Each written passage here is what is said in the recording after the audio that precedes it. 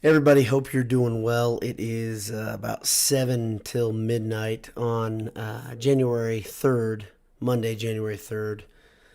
Your Purdue Boilermakers have dropped their second game of the season, which isn't the end of the world in itself. But I'll get to my thoughts a little bit deeper here in a minute of my thoughts of how important this loss was. Purdue loses 74 to 69 to Wisconsin in Mackey Arena. Wisconsin coming in was 23rd in the nation. They were 11-2. They're a good team.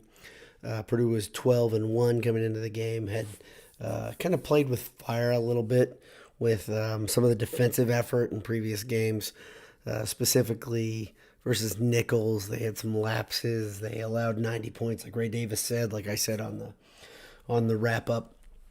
But they played with fire long enough, and the bigger thing was Wisconsin completely took Purdue's offense out of sync. Purdue had 24 points at the half. Coming into that game, they had scored, I think, 35 against Villanova. Maybe it was against Iowa, 31 against Villanova, 35 versus Iowa, I think. And then this game, 24 points, pretty low for this offense. This offense has been so good, and I guess we were pretty spoiled with the offensive production. And today they looked like they had in previous seasons, meaning they just simply didn't have any rhythm. They didn't, especially in the first half. They were not able to score at will at all. Wisconsin completely took them out of their game. It felt a lot like one of those horrible era Wisconsin versus Purdue teams where games where it just kind of sets college basketball back a decade. Not fun to watch. Davis was quite good. He was fun to watch if you like Wisconsin. I disdain Wisconsin, so watching Purdue lose to Wisconsin has a special effect on me. I get pretty angry about it, and I'm pretty angry about it right now. I watched the post game with players and Painter. Zach Edey looks especially angry. His answers were one word and just kept saying as little as he could. But the big thing he said is they were tougher than us. They were tougher than us. They were tougher than us. Painter had clearly drilled it into their head that Purdue didn't deserve to win based on their effort, and they clearly didn't. This game has some parallels to me with some of the other games that didn't look so great. They didn't look very good at Iowa, as you remember.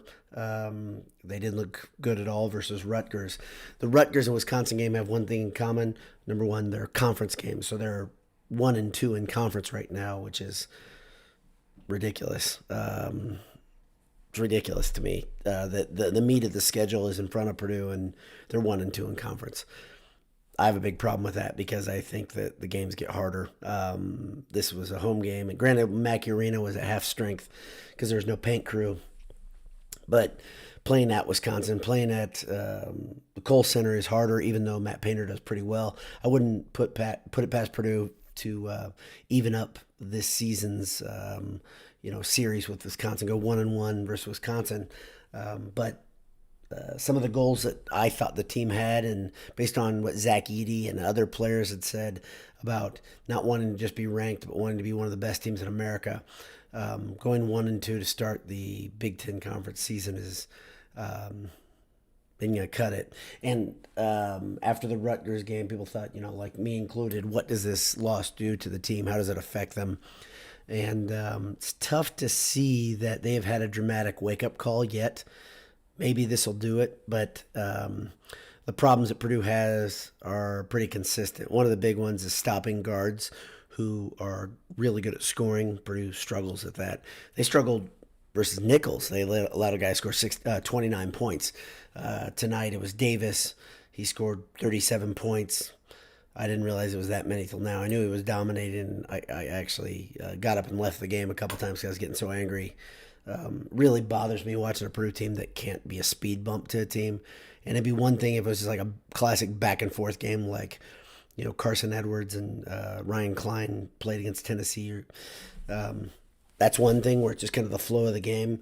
But this was not that. This was one guy putting on a show and Purdue not being able to do anything about it. Purdue doesn't have an effective defensive stopper. As close as they are to it right now is Ethan Morton for the guards. The guards, I don't know how else to say this, on defense are just atrocious. And this is something that we haven't seen at Purdue in a long time, where you have a bunch of guards that can't stop anybody. And until Purdue figures that out, they're going to be in major trouble. On top of that, let me go through the stats real quick. Zach Edey did everything he could to try to drag Purdue to victory, but much of the reason he dominated was Wisconsin got in some foul trouble. They had, I think, 2 guys foul out. They had another guy in foul trouble. Let's see. Yeah, Wall and Crowell both fouled out. 3. And Vogt, they all ended up fouling out. So 3 big men for Wisconsin fouled out, and Edey took advantage of that, which was awesome. 24 points, 10 rebounds, excellent game. He had a lot of turnovers. He was bringing the ball down low. He had a problem. He was coming in high with the elbow. He needs to keep the arms vertical. I know it's tough when you watch Purdue and you watch a 7-footer struggle to stay away from offensively fouling a guy, but there's a technique on that. He just can't come across this way. He needs to come across that way. And he did it a couple times where he took his elbow right across the face of Wisconsin players, and I'm sure that smarts a bit, but nothing flagrant, but they were legit offensive fouls. Ivy had 14 points and 3 rebounds and 3 assists. He played 28 minutes. He was in foul trouble in the first half. Part of the reason Purdue was struggling so much on offense. And he really took over the game for about, he did what he's done in a couple other games. He did that versus Iowa, where he just shows this spurt and all of a sudden Purdue is up. And he did it in the beginning of the second half, and it looked like Purdue was going to do it. So here's another parallel with that Iowa game and the Rutgers game, was Purdue got a lead, and they could not space themselves out. They couldn't get further out in the lead. And you can give credit to Wisconsin, which Painter did, and some Purdue's players did. But it's a common problem that if Purdue gets out in front of a team that they struggle for much of the half, and then they can't put them away. And you can call that killer instinct. You can call that lack of continuity, whatever you want. But it's tough to watch, and I think they may have this is the big scheme of things. I thought Purdue would and could be a 1 or 2 seed going into the tournament. To do that, I think they had to contend for the Big Ten title. They don't have to win it, obviously, but that means they probably needed to lose about 3 or 4 games in conference tops to get up there, to get in that 1 or 2 seed. Sure, anything can happen. They could, kind of all depends on who you beat, when you beat them. Katie always talks about that. Katie used to talk about that a lot, about when you beat teams, when you play them, that sort of thing. But Purdue has really made the idea of being a contender for the Final Four more difficult on themselves. So if you split with Wisconsin, that means that you have to beat Wisconsin. If you split with Rutgers, that means you have to beat Rutgers. There's 2 losses right there. And then if you split with Illinois, and you split with, there's one other team that I thought they could split with, they could afford to split with and still be up, Michigan. You split with Michigan. That means you have 4 losses right there. Then you have at Ohio State, and you've got Michigan State at Mackey Arena, and you've got IU to contend with, and you've got Northwestern. We can kind of dismiss Northwestern if we want to. I think that's foolish. Northwestern is only 8-3, but Northwestern's big problem that Purdue will have to contend with is, number one, they play the zone. If Purdue is off that day and Purdue doesn't shoot the 3 well, Purdue could be in big trouble. And also they've got Boo Buie, who a guard that can score, a dynamic guard, or a shooting forward that can score off the dribble. Purdue is going to struggle mightily with them until they get the defense fixed, and they do not look like they are close to having that defense fixed. So right there you count 4 losses. You got Minnesota, who has 2 very dynamic scorers, and a lot of people in the Big Ten are kind of dismissing Minnesota as not one of the contenders coming in because they weren't Ohio State, Michigan State, Purdue, or Michigan. All I got news, Michigan State's tough. And so that's at Minnesota, by the way, that game too. Big Ten is always a meat grinder. We know that. Purdue, if you went into the season thinking Purdue was like they usually are, and they're going to be upper third of the conference, contending for the title, but finishing in the 4th or 3rd place, fine. You're probably still pretty pleased. There's lots of good basketball in front of them, and there still is. There still is a ton of good things they can play for, but they just made things really, really difficult for themselves, and they changed my perspective on the season. I got to tell you, as I sit right now, they do not look like the team that I thought they were. That's a shame because they've got a lot of tools. Here's one thing that if you really want to be critical, one of the things that made Purdue great early in the season was the fact that they had such a deep bench. Well, right now you've got some problems there. You have Caleb First. He's coming off COVID, so he was on a kind of a minute count. He played a little bit tonight, but Caleb First has hit a bit of a wall even before that game. Then on top of that, Brandon Newman does not look like the same guy he looked like last year at all. Eric Hunter makes tons of mistakes, does not look like the guy he's looked like for most of his career. And even Isaiah Thompson, we've already known, like Isaiah Thompson is great when Ivy is playing well because Ivy draws much attention. And Thompson leads the league in three-point efficiency because he hits the open J. That's really, really great. That's awesome. But when he has to create on his own, he's in a little trouble. Also, it's tough for him when he plays a bigger athletic guard because of his height. He's not big. He's not long. He's not tall. So Purdue's got some problems at guard. Ethan Morton is getting better, but Ethan Morton is probably not a fully baked product yet, and so that's asking a lot for that guy to take over.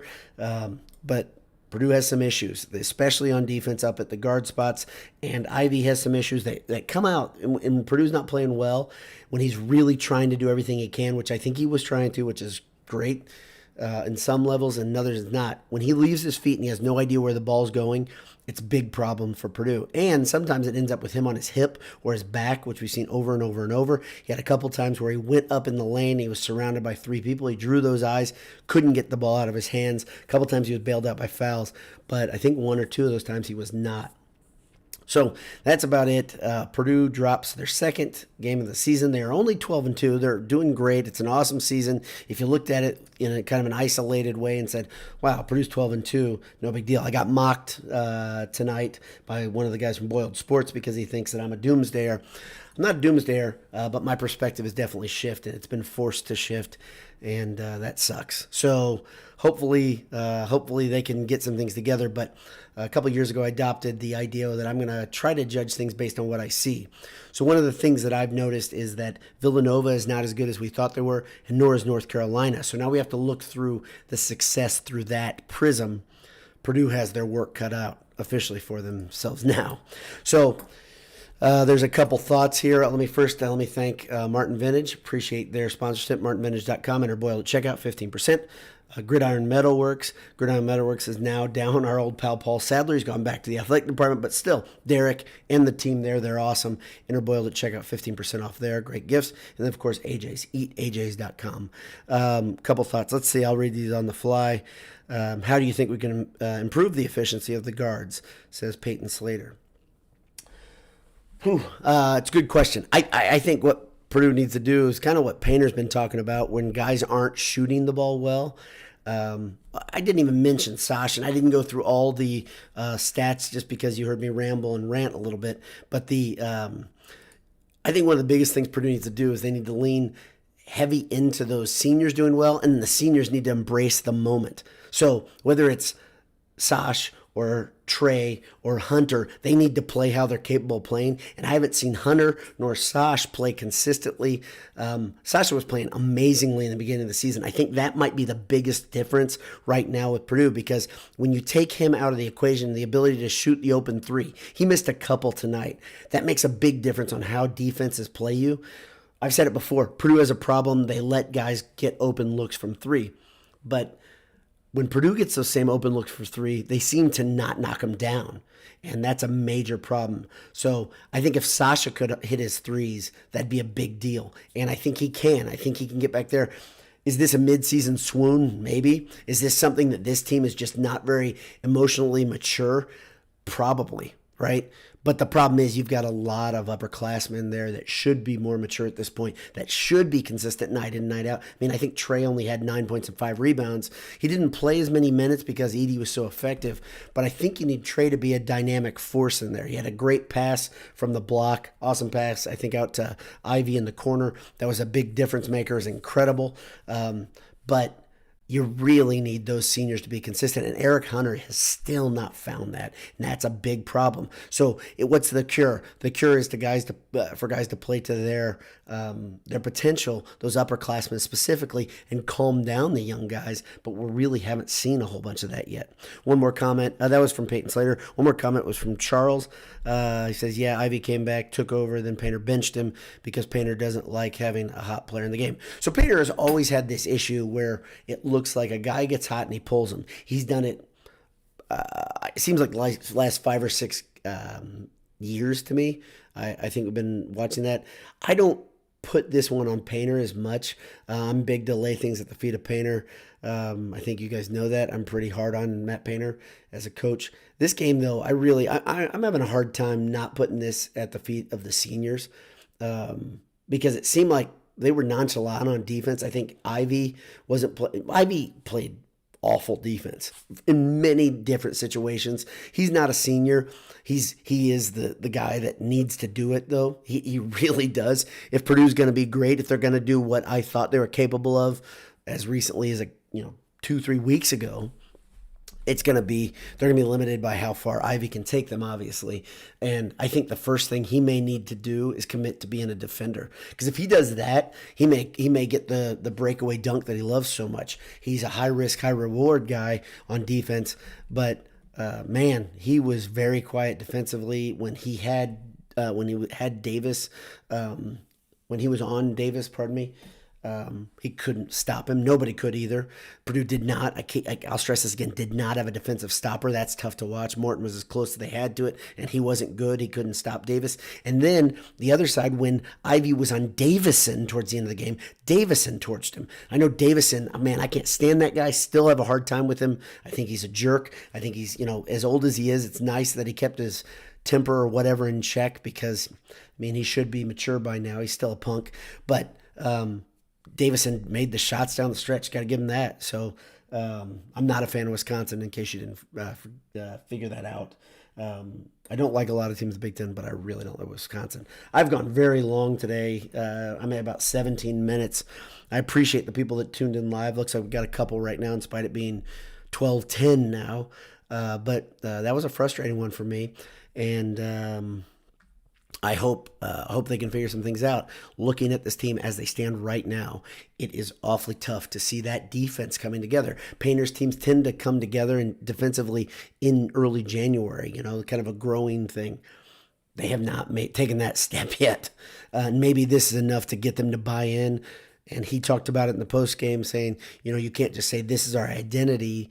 Your identity is what you earn. And I think that's a very good point. This team's identity right now may be inconsistency. A lot of talent, a lot of upside, but amazing inconsistency. And on top of that, you've got a lot of guys that aren't playing to their potential. A lot. And that's funny because at the beginning of the season, everybody was clicking, and they are not right now. Guys like Newman, guys like Hunter, guys like Sash even tonight. Sash has played some big games, but he's kind of fallen off at times. It could be an incredibly different season than I thought it was going to be if they don't figure out defense in a hurry. So next up, in case you didn't know, we'll look at that right now. Purdue plays Penn State. So they play Shrewsbury's team on the 8th. And it's a 12 o'clock tip-off. So Shrewsbury's team just beat IU.